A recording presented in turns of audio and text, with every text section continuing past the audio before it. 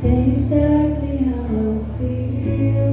I can't begin to tell you what your love has meant. I'm lost for words. Is there a way? Is there a way to show the passion in my heart that I express? How truly great I think you are, my dearest friend. Lord, this is my desire. Pour my love on you. I pour it on your head, like tears upon your feet. Pour it from my heart.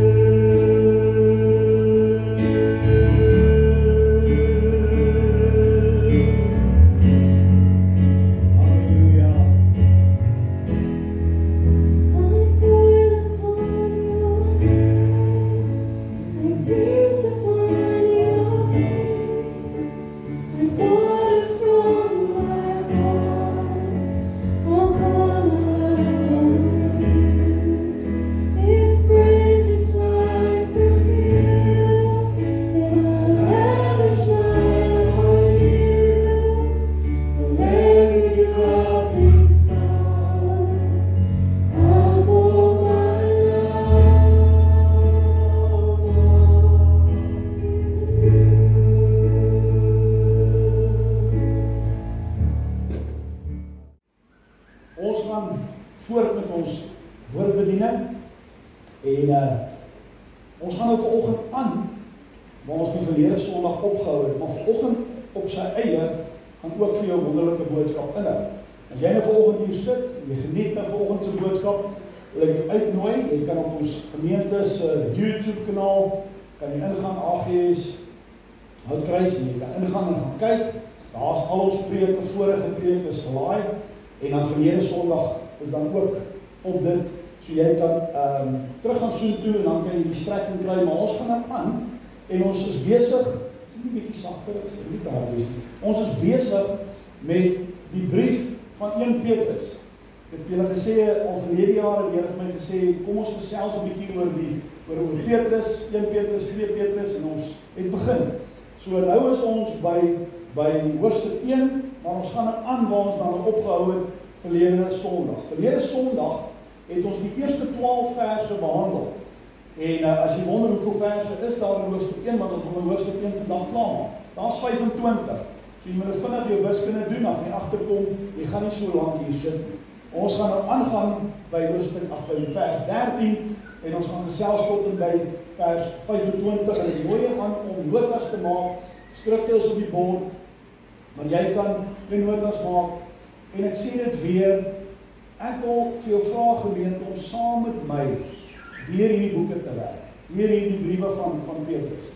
Jy kan nou luister en jy kan sê, hoe wonderlik, maar 'n mens moet dit by die huis gaan herkou. Jy kan gaan en jy kan gaan lees, laat hierdie inhoud. Dis hoekom ek dit bring, dat dit in my lewe van toepassing sal wees, maar dit ook op jou lewe 'n impak sal hê. So luister mooi en maak jou notas. Ons het begin dan by hoofstuk 1, ons het gepraat oor die eerste 12 verse, kom ek noem vir jou net 4 hooftemas, waaroor ons gesels het en dan gaan ons aan. Ek wil net vir jou dit sê. Die eerste 12 verse van 1 Petrus hoofstuk 1 gaan oor die volgende. Dit gaan oor dat God ons uitgekies het volgens sy voorkennis. En ek het in detail ingegaan en ek het verduidelik wat beteken dat God ons uitgekies het. Daar's baie keer misverstande, gaan luister daarna. Maar dit was die eerste gedeelte, dat God in sy voorkennis, God het besluit, hy gaan ons eendag red.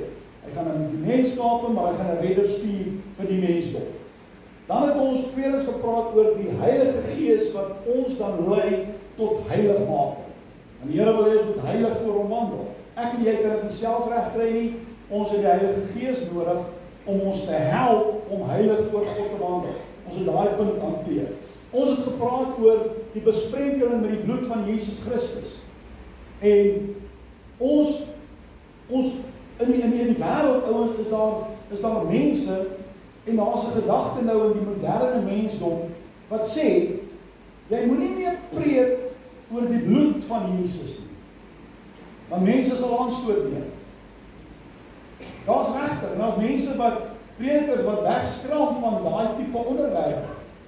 Kan ons dit vir mekaar sê, ek dink jy weet dit, sonder die bloed van Jesus Christus, wat fisies gesterf het aan die kruis van Golgotha, wat stukkend geslaan was, wat vermink is, wat geoffer is vir jou en my, sonder Jesus se bloed, het ons nie 'n boodskap nie, het ons nie redding nie, het ons nie verlossing nie. So ons praat oor die bloed van die Here, en as dit grouwerig is, die kruis was 'n wrede beeld. Dank die Here dat ek nie deel was van daai groep nie. Ons sou ons besit weggedra. Maar nou sê ons vir mekaar, hier in Petrus praat hy die besprenkeling van die bloed van Jesus. Dis nie 'n eenmalige geleentheid, maar dis elke dag. Want 1 Johannes 1 vers 9 sê, wanneer ons sondes bely, doen ons van tyd tot tyd verkeerde dinge? Wanneer jou man stamp of jou vrou die sê vir jouself, ja, ek ook. Nie dat ons wil nie, ons doen dit nie as prins nie, maar ons is mens. En van tyd tot tyd dan doen jy iets verkeerd en onmiddellik weet jy in jou hart, Here, askies, Here, jammer. Nou sê 1 Johannes 1 vers 9, wanneer ons sondes bely, wanneer jy jammer sê, dan is God getrou. Dan vergewe hy ons sondes en hy reinig ons van alle ongeregtigheid. En dit gebeur deur ons lewe. So die besprenkeling van die bloed van die Here is nie 'n once-off nie. Dis elke dag wat die Heilige Gees ons lei en waar die bloed van die Here, kan ek dit dan so uitdruk, eintlik ons toemaak en ons in staat stel om 'n verhouding met God te kan hê. So ons het daaroor gesels en dan het ons verlede week afgesluit vers 12, het ons lekker gepraat oor ons erfporsie. Onthou julle dit? As jy nog opgewonde dat jy iets gaan erf. Oh, okay. Jy moet opgewonde wees. Mense raak opgewonde oor 'n aardse erfporsie wat op nie lank gaan hou nie, maar ons het 'n ewige erfenis in die hemel. En dis ons hoop en dis waartoe ons werk.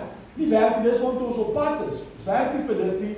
Dis wanneer ons net in Christus bly, dan kry ons dit. Hy moet jou opgewonde maak. Kan jy net 'n glimlag kry hierso? Punt. Die wonderlikste van al hierdie punte in daai paar verse, alles wat ek nou genoem het, is dat dit God se inisiatief was. Dit was God se inisiatief.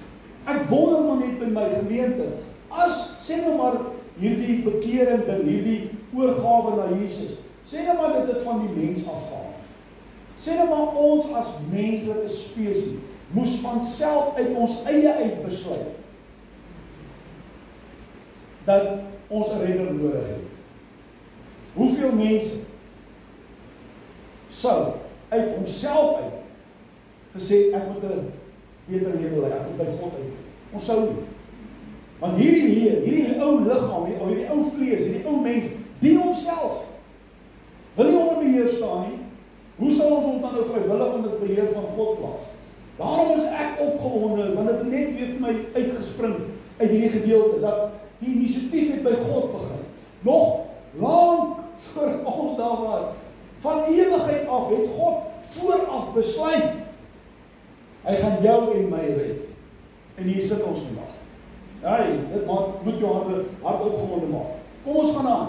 Dit was nou verlede week en nou is jy op die bladsy. Nou gaan ek aan by vers 13. 1 Petrus 1 vers 13. Daarom, om God julle lendene van julle verstand, wees nugter en hoop volkome op die genade wat julle deel word by die openbaring van Jesus Christus. Soos gehoorsame kinders moet julle nie julle lewe inrig volgens die begeerlikhede wat tevore in julle onwetendheid bestaan het. Net uit 2 verse, vers 13, vers 14. Om God julle lendene, wees nugter en julle moet soos gehoorsame kinders nie doen wat julle voorheen gedoen het. Dis in kop.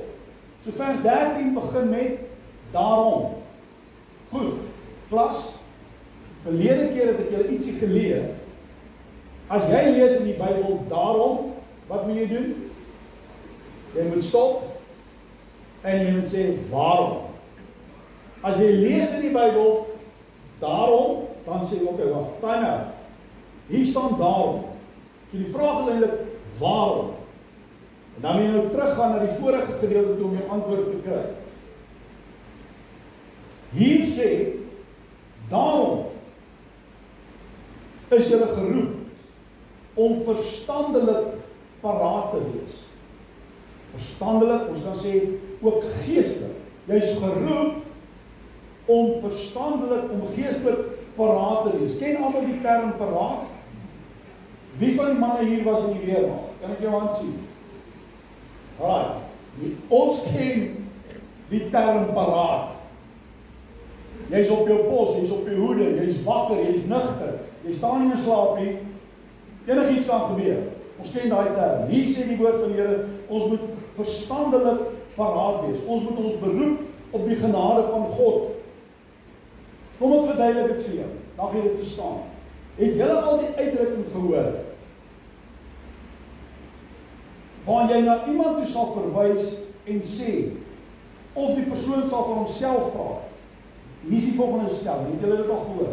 Dan sal hy sê, in 'n onbesonde oomblik het ek dit en dit aangevang. 'n Onbesonde oomblik. Wat beteken dit? In an unchecked moment, in a thoughtless moment, in a reckless moment, I lost my temper. Wat beteken dit? Jy was nie waaksaam nie. In 'n oomblik toe jy nie gewaak het nie, het jy iets aangeval. Wanneer iemand regtig droog gemaak het, dan sal die ander persoon vir daai sê, wat het jy gedink? My man. My vrou, my kind. Maar verstaan jy? 'n werkgewer teenoor 'n werknemer, die ou jong laaitjie van iets simpels aan. En dan sê, wat het jy gedink? Eintlik soos, jy het nie gedink nie. Jy was nie paraat nie. Jy was nie nugter nie. Kry jy nou die stel? So hier kom Petrus en sê, wees nugter. Wees waaksaam. Hoekom? Daar's 2 redes. Want hy sê nou daarom, nou vra ons die vraag, waarom? Hier is een van die antwoorde. Omdat ons redding en ons erfenis, waarvan hy in die vorige paar verse gepraat het, omdat ons redding en ons erfenis so geweldig groot is, moet ons waaksaam wees in dankbaarheid vir wat die Here vir ons gedoen het. Dis die een rede. Die tweede rede, jy weet so goed soos ek, die Bybel beskryf dit. Hy sê die duiwel loop rond soos 'n brullende leeu op soek wie hy kan verslind. Ouens, ons het 'n gedigte vyand. Moenie dink die duiwel, kan ek dit maar so uitdruk, is ligte boeremusiek. Die duiwel is ook nie 'n speelmaat nie. Moenie gaan speel op plekke waar jy nie moet wees nie, dan dink jy hoe ek is sterk. Die duiwel sal altyd probeer, elke dag, elke oomblik, gaan hy probeer om jou onkant te vang. Hy gaan jou probeer kry dat jy jou nie meer verloor. Dat jy iets leliks terugsê, dat jy iets leliks doen. Dat waar jy nee moes sê, het jy gesê ek gaan dit doen. Ja, kom ons doen dit. Eintlik moes jy nee gesê. Die vyand is heeltyd besig om jou en my te kry om die verkeerde te doen, want hy weet wat is ons redding en hy weet wat is ons erfenis. Dit wat die Here gesê het, julle het 'n groot erfenis. Dis wat hierdie vers 13 sê, wees nugter, wees waaksaam. Ons moet nugter wees, ouens, ons moet waaksaam wees, vers 14, om nie agter verbode dinge aan te loop nie. Hier het ons mense gedoop. Die vraag wat ons hulle vra, die eerste vraag is, het jy jou lewe oorgegee aan die Here? En dan sê hulle ja. Wat beteken dit? Dit beteken ek is onder nuwe bestuur. Dit beteken ek doen dinge nie meer soos ek dit gedoen het nie. Bekering beteken 'n wegdraai van die verkeerde.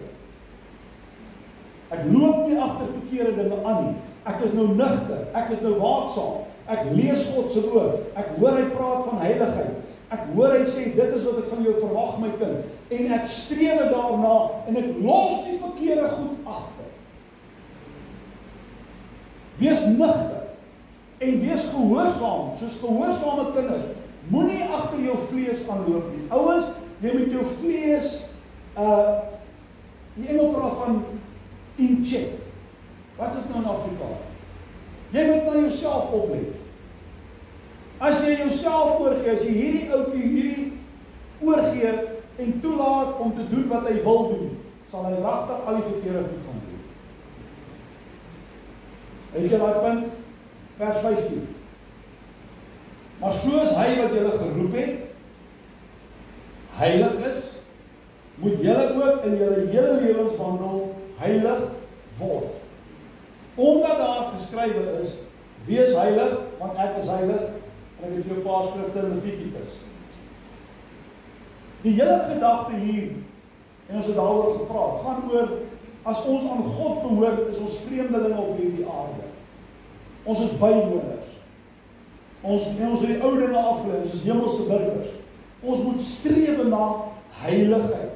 Dis hoekom die eerste paar verse van vers 12 sê, dat die Heilige Gees jou en my help om heilig te lewe. Nou kom hier, vers 16, 15 en 16 sê weer, wees heilig, word heilig.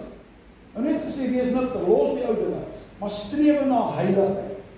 Kan jy verstaan dat Petrus is hier besig om sy lesers te verduidelik hoe hulle moet wandel voor God? Ons leef nie meer volgens ons natuurlike neigings nie. Nou is die vraag, hoe word ons heilig? Ouens, jy kan net rein voor God wandel. As jy toelaat, jou wil en jou gebed, as jy toelaat, om te sê, Here, kan ek dit so uitdruk, om deponeer u karakter in my karakter. Ek wil nie meer leef nie, kom leef u in my. Kom Heilige Gees, kom maak my nuut van binne. Is 'n goddelike aksie. En as jy daai verhouding met die Here het, Here, ek het my lewe gegee, ek wil 'n gehoorsame kind wees, ek wil wegbeweeg van dit wat verkeerd is, dit wat ek voorheen gedoen het. Ek wil nugter wees, ek wil heilig wees, ek wil hierdie ding doen. Kom leer my, kom lei my. As dit jou uitgangspunt is, ouens, gaan jy sien hoe die ou natuur, jy gaan in 'n situasie kom en jy wil iets doen en dan sê jy Heilige Gees vir jou, time out, tel tot 3, dink weer wat jy gaan doen, en dan het ons almal al gesê, ek gaan nie so optree nie, ek gaan so optree. Maak dit vir jou sin? Vers 17. 1 Petrus 1 vers 17. En as julle hom as Vader aanroep, wat sonder aanneming van die persoon oordeel volgens elkeen se werk, wandel dan in vrees gedurende die tyd van julle vreemdelingskap. Terwyl jy op die aarde is jy 'n vreemdeling, hè? Maar as jy God jou Vader noem, dan moet jy een ding verstaan. Hierdie liefdevolle God, die ek en jy aanbid, is ook 'n God wat oordeel. Is ook 'n God wat elke mens tot rekenskap toe gaan roep, waar jy voor hom gaan staan, volgens jou werke, volgens wat jy gedoen het. En jy kry mense, hulle so behept met die persoon langs hulle. Ja, pastoor, preek vir hom. Ja, preek vir haar. Nee, preek nou vir jou. En vir my. Elkeen van ons moet verstaan, daar moet vrees in ons hart wees teenoor God en gaan nou verduidelik. Want hy gaan elkeen oordeel. Die liefdevolle God wat jou gered het, wat hierdie erfenis vir jou weggeberg het, al daai dinge, is ook 'n regverdige God. Dis wat hierdie vers 17 sê. Wees waaksaam. Jy gaan geoordeel word. En hierdie vrees vir die Here, ouens, ons verstaan dit. Ons verstaan dit. Vrees vir God beteken ek het 'n ewige ontzag vir hierdie almagtige, lewendige, ewige God. Ek het respek vir hom. Ek is 'n gehoorsame kind. As hy praat, luister ek, hy is God. Maar dis nie die vrees dat ek bang is vir die Here. En daar is ander mense wat glo, jy moet vir die Here, jy weet, die Here het my alweer met die sambok in die hande. Nee. Die God wie ek en jy lief het, loop nie met 'n sambok in sy hand nie. Hy wag nie net totdat jy droog maak. Ja, ek het jou uitgevang. Dis hoe party mense se idee van God is. Dit is nie so nie. Ons hoef nie so bang te wees vir die Here, maar ons het vrees vir God. Verstaan julle? Julle ken die verskil. Wil ek my net uitlig, dis wat vers 17 sê. So is 'n baie sterk waarskuwing. En die rede hoekom mense sondig en sonde doen, hulle het hulle vrees vir God verloor. Dan ek het so waag om dit te sê, ouens, daar's Christene, kinders van die Here, wat sê hulle is kinders van die Here, maar hulle vrees vir God verloor. Een van die dinge wat wys dat jy jou vrees vir God verloor het, is wanneer jy sonde probeer goed praat. Ons praat van sugarcoat. Sonde voor God is sonde. En as ons het nou, ja, dis maar nie my ou probleempie, almal het nou maar 'n ou swak plekkie, verstaan? Almal het nou maar 'n ou geheime sondetjie. Kan jy roem op dit nie? Want jy jou vrees vir God verloor. In die kerk wil ek sê, baie mense wat hulle vrees vir God verloor. Kom ons let daarop. Ons gaan na vers 18 toe. Vers 18, 19 en 20. Ek lees dit vir jou. Omdat julle weet dat julle nie deur verganklike dinge, silwer of goud, losgekoop is uit julle lewenswandel wat deur die Vader oorgelewer is nie, maar deur die kosbare bloed van Christus, soos van 'n lam sonder gebrek en vlekkeloos, wat wel vooruit geken is voor die grondlegging van die wêreld, maar in hierdie laaste tye openbaar is om julle ontwil.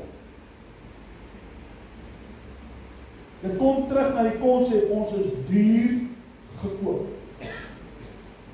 Nie met silwer of goud, maar met die bloed van Jesus Christus. Voor die grondlegging van die wêreld het God besluit, hierdie wêreld wat ek gaan skape in die toekoms, hulle gaan 'n redder nodig hê.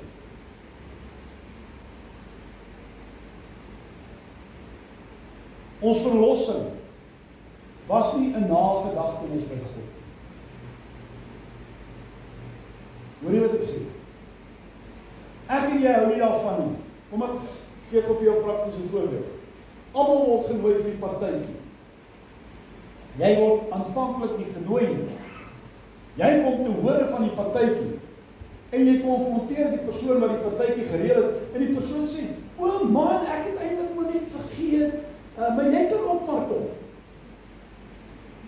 Gaan jy lekker voel? Jy is dan nou die afterthought. Hy het nie oorspronklik aan jou gedink nie. En toe jy nou vra, "O ja, jy kan ook maar kom." Ons hou nie daarvan nie. Dis hier iets my wonderlik. My verlossing was nie 'n nagedagtenis. Maar die Here gesê, "O God, ek moet nou seker daai mens gaan red." Hy het besluit voor die grondlegging van die aarde. Van ewigheid af het God het besluit, dis wat hy gaan doen. Ek hou daarvan. Iemand moet amen sê.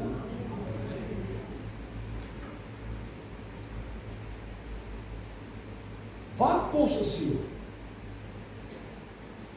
Kos nie daai sommetjie vir 'n oomblik.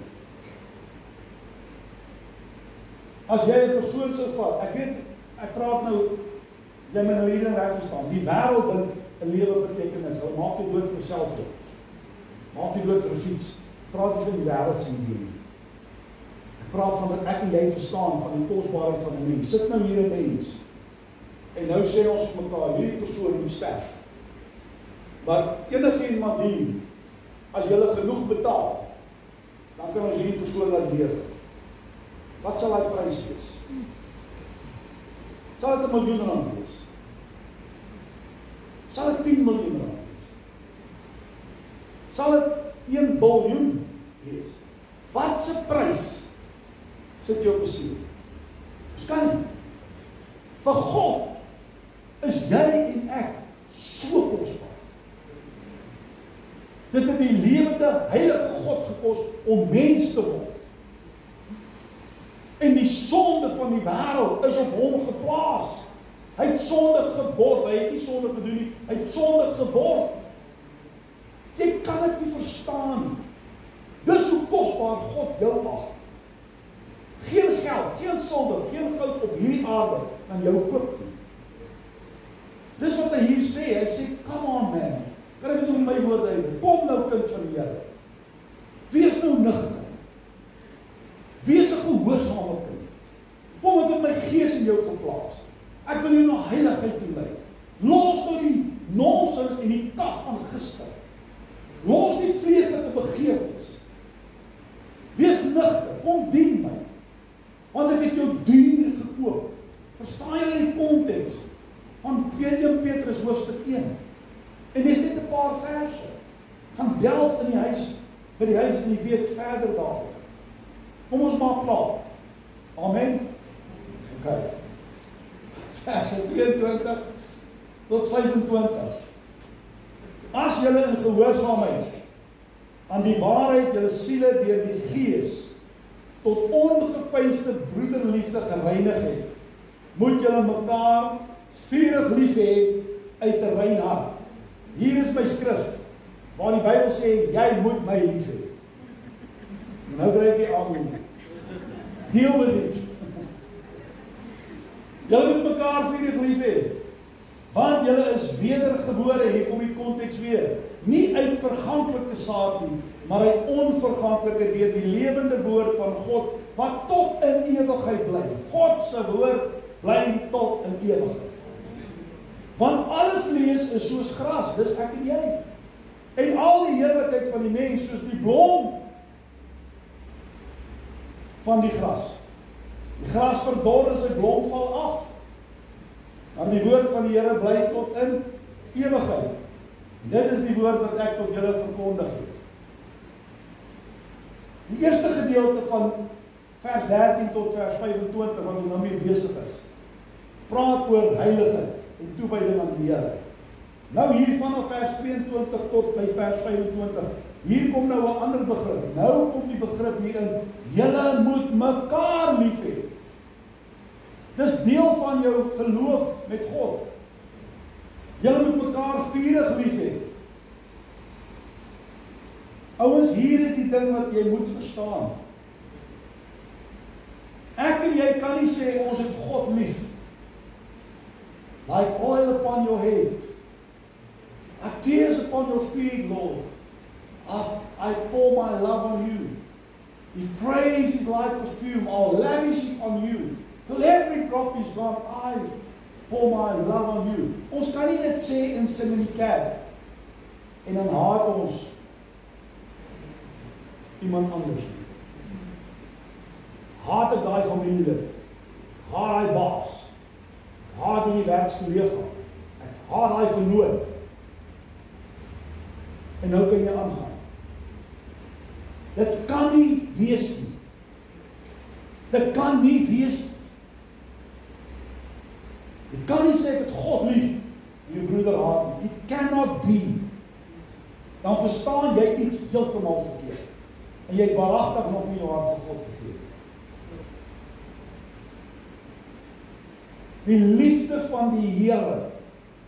Hy sê nou, julle is uit onverganklike saad is julle gebore. Julle is nuut gemaak. Julle het 'n nuwe identiteit.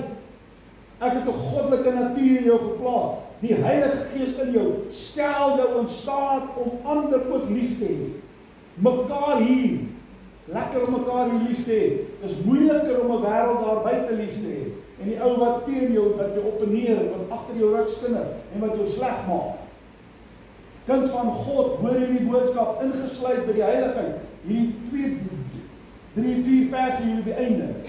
Kom Petrus en hy sê, nadat julle tot bekering gekom het, nadat julle weergebore is, moet julle mekaar vurig lief hê. Daai woord is aanhoudend. Ons moet mekaar aanhoudend lief hê. Maak dit sin? Stem jy saam met my stelling? Kan nie sê dat God lief en jy haat iemand anders nie. Jy kan dit nie doen. Kan nie. Dan moet jy by die Here gaan hoor, wat is 'n oorgawe aan hom? Ons wees versigtig. Verskil ons van mekaar? Ja. Is daar mense wat ons kan ons in die Engelse term gebruik wat sê, well, they're not really my cup of tea. Mag ons dit sê? Ek dink so. Ons wees eerlik. Jy kom nie met almal oor die weg nie. En nie almal is jou cup of tea nie. Maar dit het niks te maak met jou liefde vir daai persoon nie. Ek kan jou nog steeds lief hê, al verskil ons. Dis juist waar jy moet lief hê. Laat daar liefde wees in jou hart. Het is maklik om mekaar lief te hê, het is maklik om jou kinders lief te hê. Kom ons hê op ons vyande lief.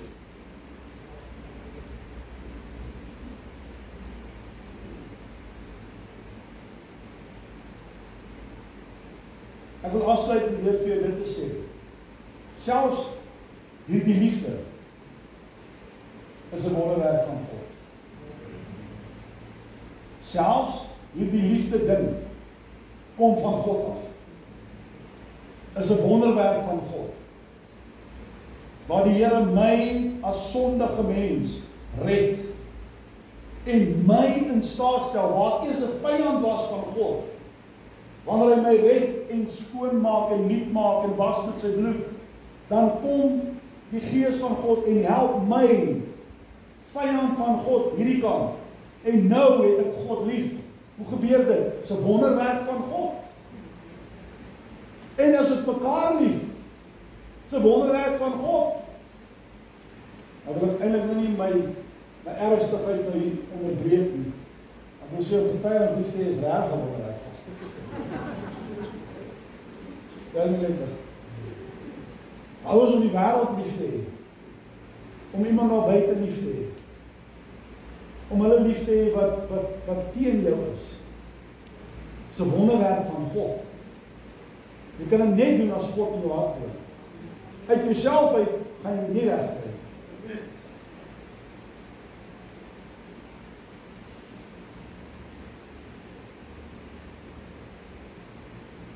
God se werk, God se woord kan nie uitgewis word nie.